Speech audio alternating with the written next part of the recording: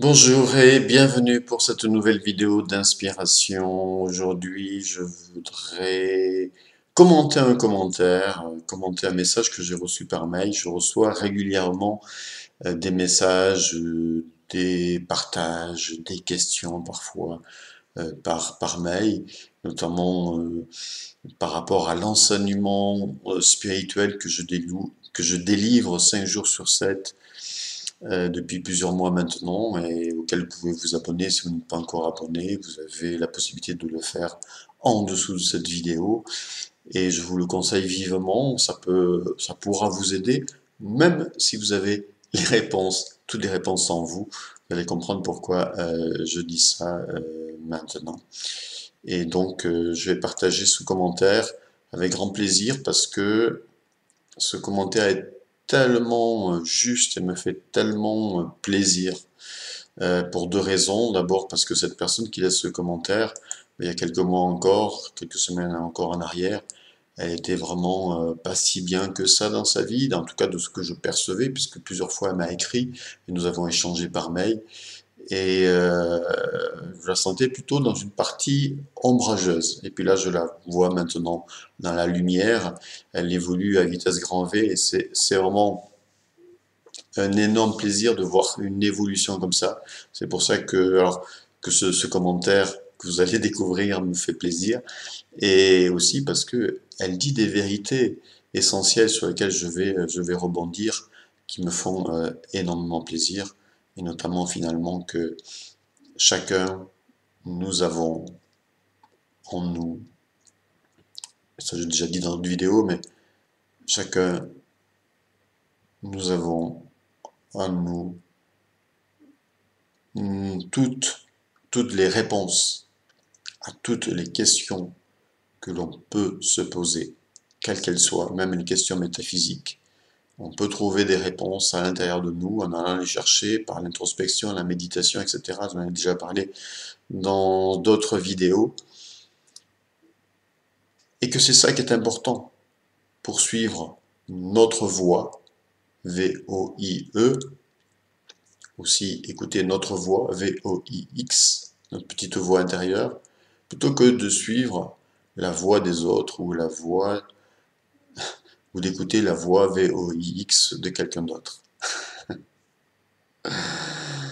Donc, je vais partager cela avec vous maintenant. Et en fait, elle parle ici de notre propre souveraineté. Chacun est souverain et chacun doit retrouver sa véritable souveraineté. Nous sommes tous potentiellement, nous le sommes déjà, mais nous l'avons oublié, des maîtres de sagesse. Ah oui.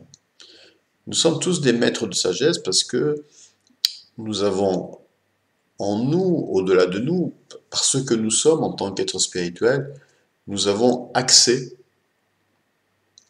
à, à l'intelligence infinie de Dieu, à la source infinie de sagesse, à, à toutes les données de l'univers en fait.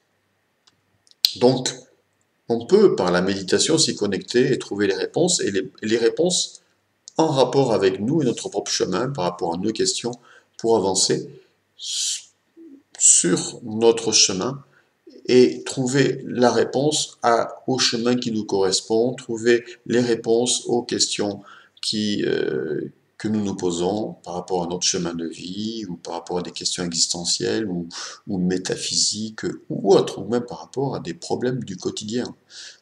Parce que tout est déjà là en nous. Alors, je vais vous lire ce commentaire.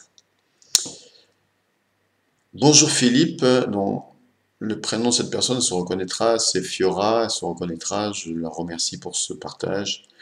Bonjour Philippe, merci pour les questions-réponses, c'était dans un mail que j'avais envoyé. J'aimerais savoir pourquoi il y a des personnes éveillées qui pensent qu'il faut souffrir pour connaître le bonheur. Je lis ça partout. Tout le monde se contredit, on ne sait plus qui suivre. En même temps, il vaut mieux se suivre soi-même car tout le monde a sa vision par rapport à son vécu. Mais il y a tant de contradictions dans les paroles de certains. Je commence à être fatigué des gens éveillés qui pensent avoir la science infuse de l'évolution spirituelle. Personne ne sait vraiment, sinon on n'aurait plus besoin de vie tellement on serait 100% illuminé. Un peu comme dans le film de Lucie, on disparaît quand on a atteint un trop haut niveau. Même le Dalai Lama a encore du chemin à parcourir. Personne n'est supérieur en savoir. On sait tous des choses, mais différemment.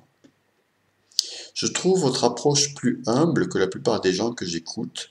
Parenthèse, je précise, je lis pas ce message parce qu'elle parle de moi. Je précise parce que voilà.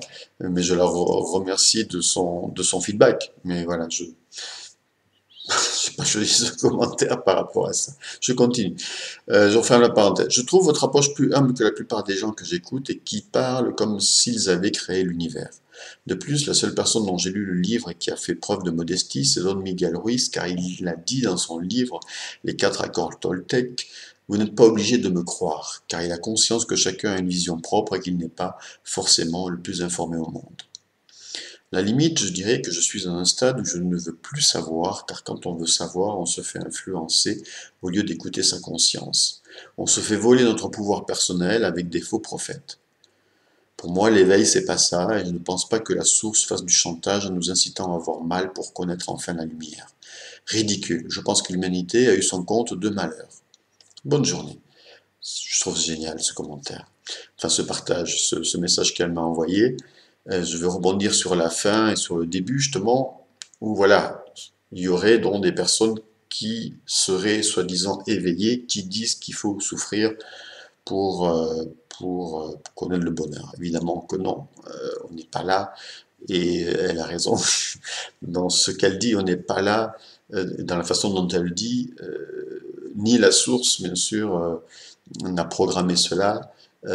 Si nous sommes dans le malheur, c'est que c'est quand on s'est mis soi-même, mais on n'est pas obligé de souffrir pour s'éveiller, ou on n'est pas obligé de souffrir pour être heureux à un moment donné. On n'est pas obligé de passer par la souffrance pour être heureux. Hein. Et ça, effectivement, je ne vais pas trop développer, mais ça fait partie des schémas inconscients de l'humanité, vous savez, de ces croyances profondes au niveau de l'être humain, de l'humanité, où la Terre serait un lieu de souffrance et que de toute façon on est là pour souffrir et que, voilà, que la souffrance est normale. Ben non, c'est pas normal la souffrance. En fait, on est là pour être heureux. Je l'ai déjà partagé dans d'autres vidéos. On est là pour être joyeux.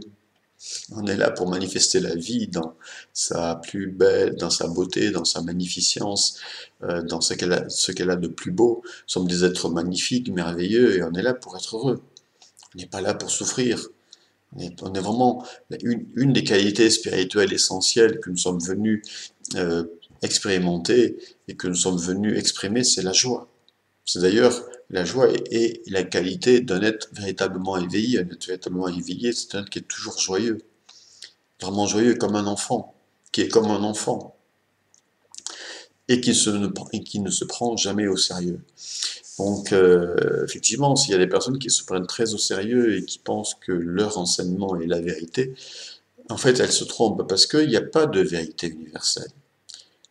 Il y a des vérités universelles dans le sens où il y a des lois et des principes qui régissent l'univers et il y a des lois spirituelles auxquelles on peut se relier.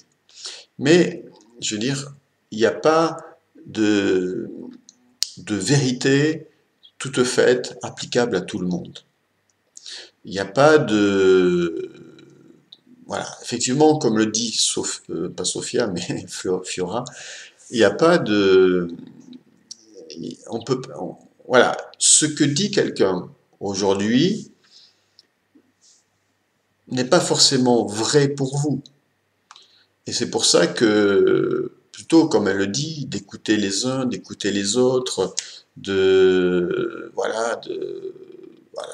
comme elle le dit, quand on veut savoir quelque chose, euh, on se fait influencer au lieu d'écouter sa conscience. Mais plutôt que d'écouter les uns et les autres, c'est d'aller écouter sa conscience par la méditation. Et là, on aura les réponses. Et puis, on aura même les réponses à nos questions existentielles. On comprendra où est notre chemin, où est notre voie, ce qui est juste pour nous. On aura des réponses par rapport aux questions, même métaphysiques, que l'on peut se poser, où on n'aura peut-être pas de réponse. Mais l'important, c'est que cela résonne correctement en nous. Et dans ce sens-là, effectivement, chacun a sa propre voie. Chacun est son propre guide. Ça, chacun a son propre chemin. Et personne ne peut dire à quelqu'un, le chemin doit être comme ceci, ou ton chemin c'est cela. C'est à chacun à le trouver en fait. C'est ce qu'elle dit, quoi.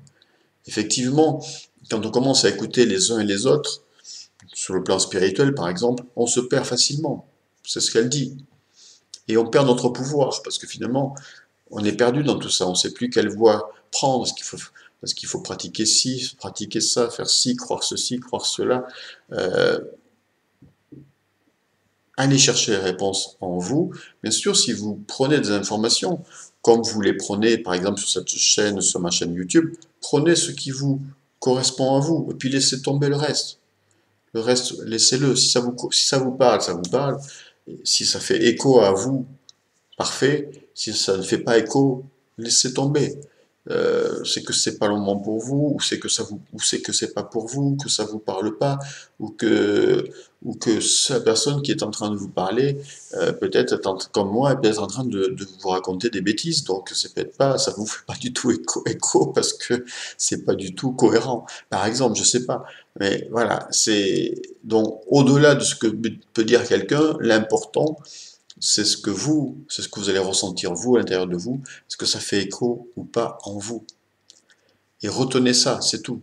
C'est ça qui est vraiment important, c'est de retenir ce qui résonne en vous par rapport à vos ressentis propres, à vos ressentis personnels. Donc, prenez ce qui vous va, laissez tout le reste, et vous êtes comme cela, vous construisez, vous avancez sur votre propre chemin. Pour conclure, je dirais, au niveau spirituel, puisque il s'agit de cela aujourd'hui, à travers de ce commentaire, de ce partage, au niveau spirituel, il n'y a pas un chemin unique pour tout le monde. Chacun va avoir un chemin spirituel différent, parce que nous sommes tous différents, nous ne sommes pas au même point, nous sommes différents aussi dans notre personnalité, dans notre perception, que nous avons tous une facette particulière à exprimer du chemin spirituel. Je dis bien tous une facette différente. Vraiment. Pour ça que, oui, ça peut être aidant, à un moment donné, d'écouter certaines personnes, entre guillemets, peut-être éveillées ou qui ont fait un certain cheminement, encore en espérant surtout que ce soit du vécu, parce que si c'est mental, théorique, ça, ça peut aussi vous inspirer, peut-être ça peut vous donner des indications, mais l'important, c'est déjà d'écouter des personnes qui parlent aussi de leur vécu, hein, qui c'est pas uniquement de la théorie, mais c'est lié vraiment à leur propre vécu, à leur propre expérimentation. Donc vous pouvez écouter des personnes comme ça, à droite, à gauche, qui sont sur un chemin spirituel, qui expérimentent des choses, qui partagent leur expérience, et prendre, voilà, ce qui vous va. Ce qui vous va, vous le gardez. Ce qui ne vous va pas, vous le mettez de côté. Mais vous ne pouvez pas suivre, si vous écoutez 10 personnes qui partagent leur expérience du chemin spirituel, vous aurez 10 expériences différentes et vous ne pourrez pas suivre texto, euh, au détail près, telle personne en faisant exactement la même chose qu'elle. C'est pas vrai, parce que vous êtes différents. Donc il faut vous écouter, il faut vous respecter dans vos ressentis, c'est vraiment important. Donc vous prenez ce qui vous va et tout le reste, vous le mettez de côté. Et chacun, on a une facette de l'éveil spirituel à exprimer. On a chacun une facette du chemin spirituel à exprimer. Vraiment chacun.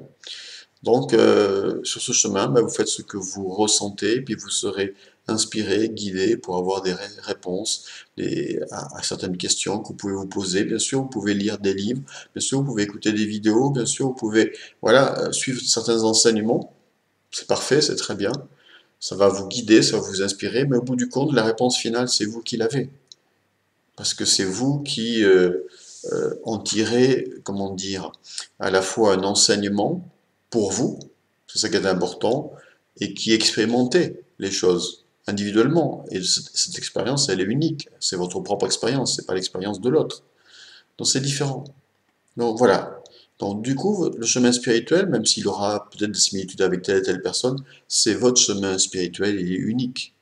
Donc écoutez-vous. Voilà. C'est ça qui fait toute la différence, qui fait votre différence, et ça s'appelle être autonome. Autonome au niveau, j'ai déjà parlé dans d'autres vidéos de l'autonomie affective, et bien là aujourd'hui on parle de l'autonomie spirituelle. Devenez autonome au niveau spirituel.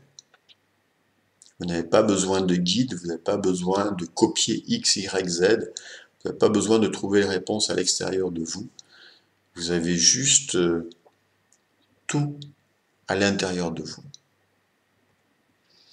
Donc suivez vos intuitions, suivez vos ressentis, retenez ce qui vous parle et marchez ainsi sur le chemin de la vie, le chemin de l'éveil. C'est tout. Voilà. Soyez vous-même. Utilisez les outils que vous pouvez avoir ici et là, mais faites vos propres convictions. C'est ça le plus important. Soyez autonome au niveau spirituel. Ce faisant, vous devenez votre propre guide. Et à partir de là, vous pouvez inspirer d'autres personnes. Pas devenir le guide d'autres personnes, parce que chacun doit devenir son propre guide. Mais inspirer d'autres personnes à devenir leur propre guide. Pour exprimer une facette une facette particulière qui est une couleur particulière de leur propre âme. Quelle est votre couleur à vous? Quelle est la couleur de votre âme? Vous pouvez aller le chercher à l'intérieur de vous, en étant vous-même tout simplement, comme je l'ai expliqué aujourd'hui dans cette vidéo, et en ne retenant que ce qui vous correspond. Et je répète pour terminer, les réponses, vous les aurez toujours à l'intérieur de vous. Allez les chercher par le biais de la méditation.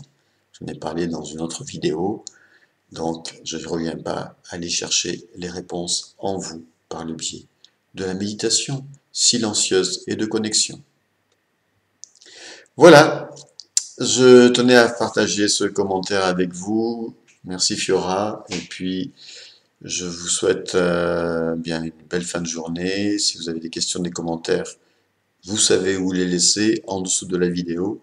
Bien sûr, si vous aimez cette vidéo, cliquez sur j'aime, merci beaucoup et partagez-la. Belle fin de journée, à bientôt pour une prochaine vidéo d'inspiration.